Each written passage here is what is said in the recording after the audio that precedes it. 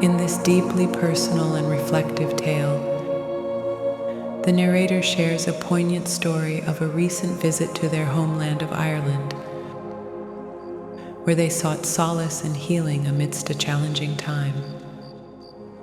The story, aptly titled The Harbor, is a calming and introspective journey that invites the listener to join the narrator in their daily ritual of finding peace and connection through morning swims in the Irish Sea, set against the backdrop of the beautiful and historic Dunlogare Harbor. As the story begins, the narrator guides the listener through a relaxation session, encouraging them to let go of their worries and tensions and to find comfort in the present moment. With each step of the countdown from 10 to 1, the listener is invited to surrender to the support of the earth beneath them, to acknowledge the ever-present safety and peace that resides within, and to release the thoughts and concerns of the day that is past and the day that is yet to come. The narrator then begins to paint a vivid picture of their surroundings, transporting the listener to the charming village of Dunlogare, situated on the east coast of Ireland.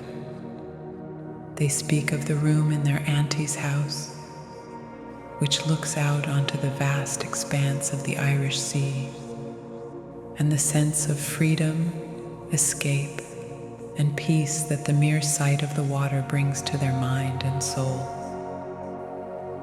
However, the reason for the narrator's visit to Ireland is not one of pure leisure or joy. They reveal that their father is unwell, and their presence in Dunlogare is to be with him during this difficult time. Yet, even amidst the challenges and emotions that come with such a situation, the narrator recognizes the importance of finding daily moments of peace, not only for themselves, but for those around them as well. The story then delves into the heart of the narrator's experience in Dunlogare Harbor, a place that holds a special meaning for both locals and visitors alike. The narrator describes the immediate familiarity and warmth that comes with greeting a stranger in Ireland, whether you are Irish yourself or a visitor from abroad.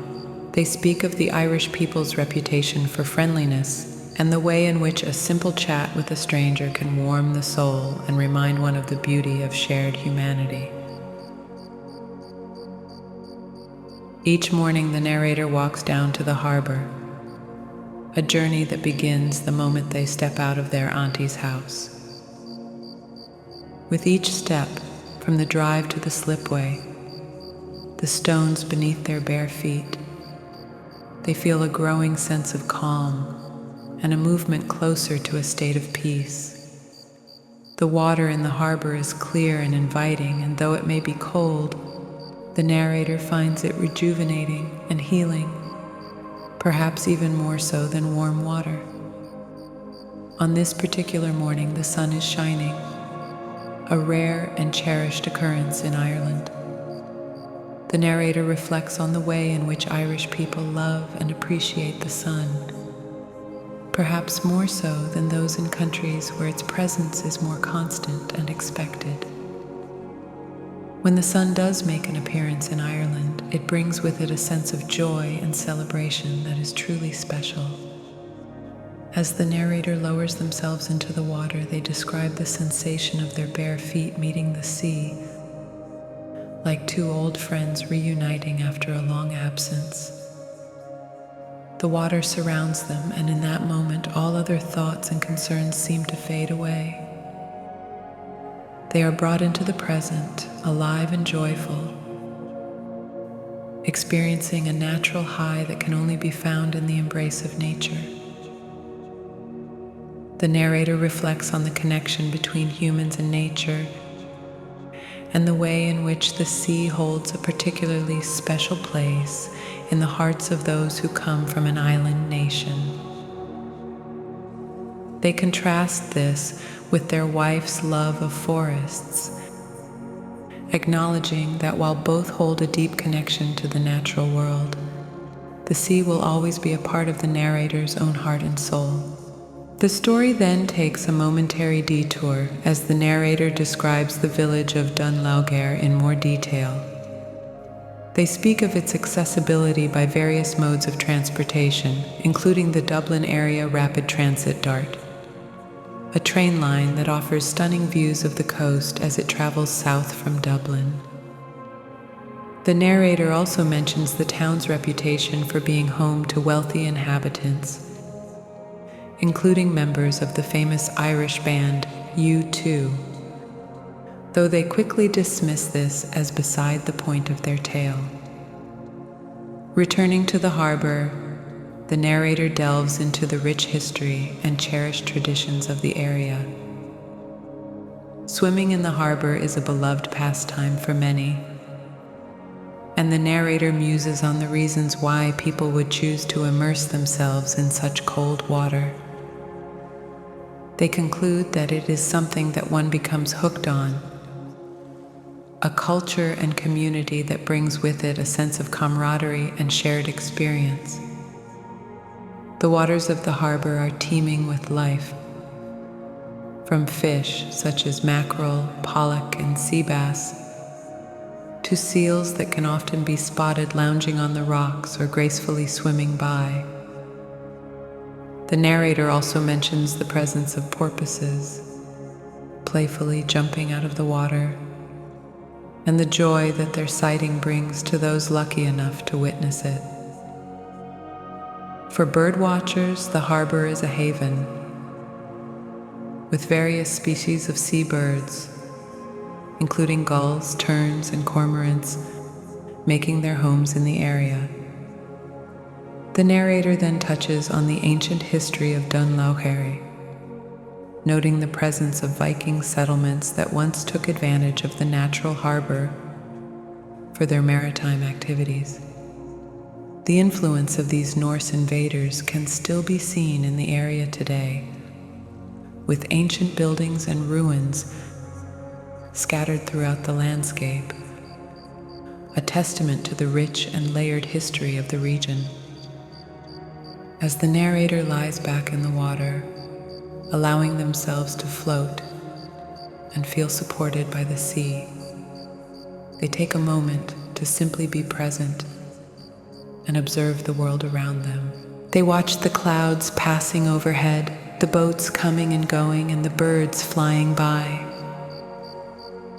They hear the voices of other people fading in and out, and in this moment of stillness, they recognize their ability to sit as a witness, unaffected by the external happenings that surround them. The narrator reflects on the power of these moments of peace and introspection, likening them to a form of compound interest. The more of these small yet significant experiences that one accumulates over the course of a lifetime, the stronger and more resilient they become. By taking the time to cultivate inner peace, the narrator believes that they are not only improving their own life, but also becoming a better presence for those around them. As they begin to swim, moving through the water with purpose and intention, the narrator feels their body fall into a natural rhythm with their breath.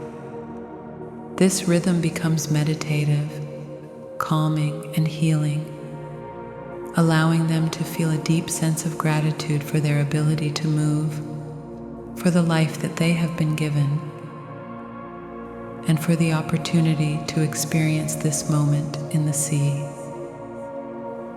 Eventually, the narrator leaves the water, standing on the slipway and allowing the droplets to fall from their body. The sensation of being out of the water is just as invigorating as being in it, and they take a moment to sit in solitude, closing their eyes and simply listening to the sounds around them. They hear the water, their own breath, and the hum of energy that permeates the air, and in this moment they feel at peace. As the day progresses, the narrator experiences a range of emotions and events, some difficult, some joyful, some funny, and some painful. Yet, as evening falls, they find themselves drawn back to the harbor, eager to close the day with another swim. The summer evenings in Ireland are long, with daylight stretching well past 10 o'clock, and the narrator takes advantage of this natural blessing.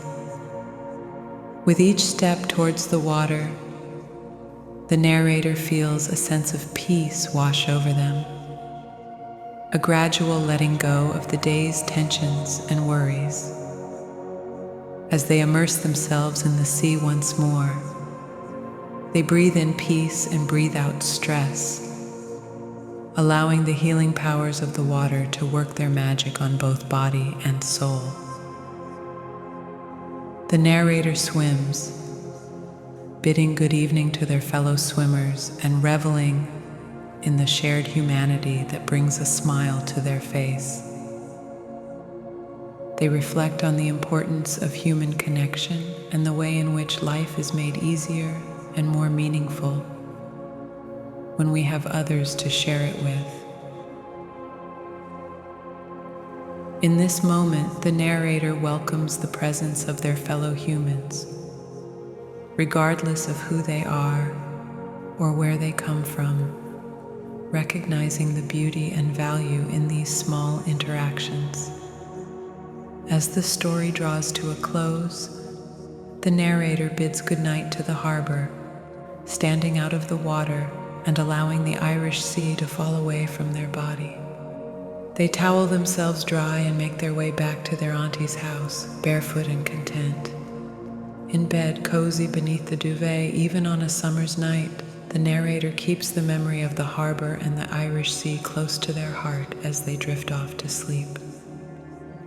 Throughout the tale, the narrator's love for their homeland and the healing powers of nature shine through, painting a vivid and emotionally resonant picture of the beauty and significance of Dun Laoghaire Harbor. The story serves as a reminder of the importance of finding moments of peace and connection in our daily lives, even amidst the challenges and difficulties that we may face. The narrator's journey is one of self-discovery and self-care, a testament to the power of simple rituals and the transformative effects of immersing oneself in the natural world. By sharing their experience, they invite the listener to embark on their own journey of introspection and healing, encouraging them to seek out the places and practices that bring them a sense of calm, joy, and belonging. In the end, the harbor is a story of resilience, hope, and the enduring human spirit. It is a gentle reminder that no matter what life may throw our way, there is always the possibility of finding peace and beauty in the world around us. Whether it is through the embrace of the sea, the warmth of human connection, or the simple act of taking a moment to breathe and be present, the narrator's tale encourages us to cherish and cultivate these moments of grace.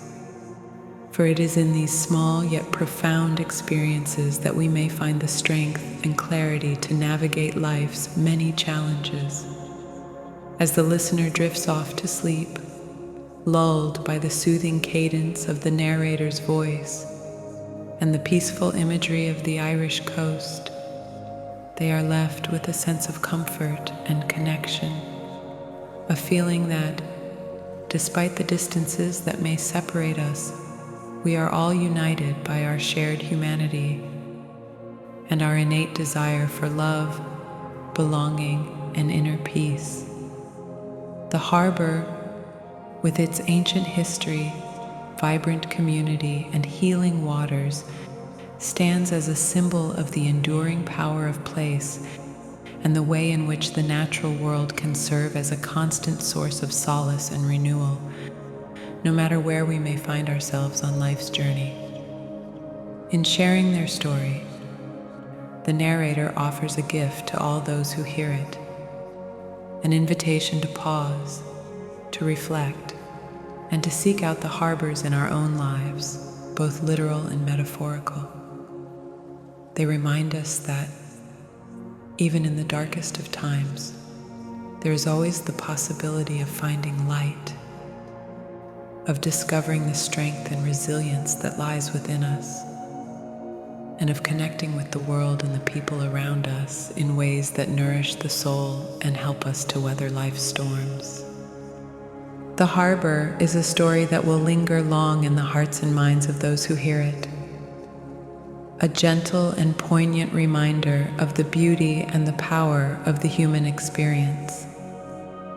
It is a call to embrace the moments of peace and joy that life offers us, to cherish the connections we make with others, and to never lose sight of the healing power of nature and the resilience of the human spirit.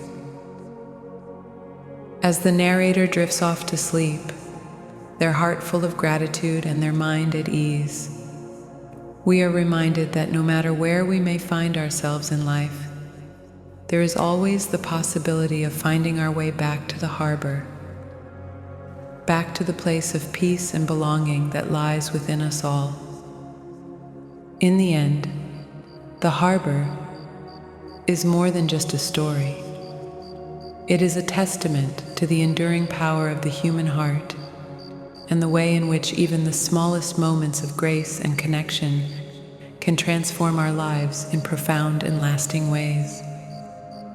It is a reminder that no matter how dark the night may seem, there is always the promise of a new day, a new opportunity to seek out the light and to find the strength and the courage to keep moving forward, one step at a time.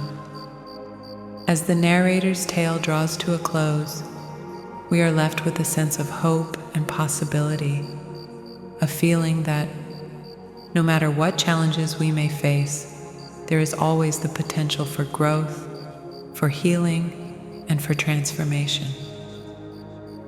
We are reminded that, in the end, it is the simple things in life that matter most. The warmth of the sun on our skin, the feeling of the water surrounding us, the sound of laughter, and the touch of a loving hand. The harbor is a story that will stay with us long after the final words have been spoken. A gentle and powerful reminder of the beauty and the resilience of the human spirit. It is a call to embrace the moments of peace and joy that life offers us, to cherish the connections we make with others, and to never lose sight of the healing power of nature and the strength that lies within us all. As we drift off to sleep, our hearts full and our minds at ease, we are grateful for the gift of this story and for the reminder that no matter where we may find ourselves in life, there is always the possibility of finding our way back to the harbor, back to the place of peace and belonging that is our true home.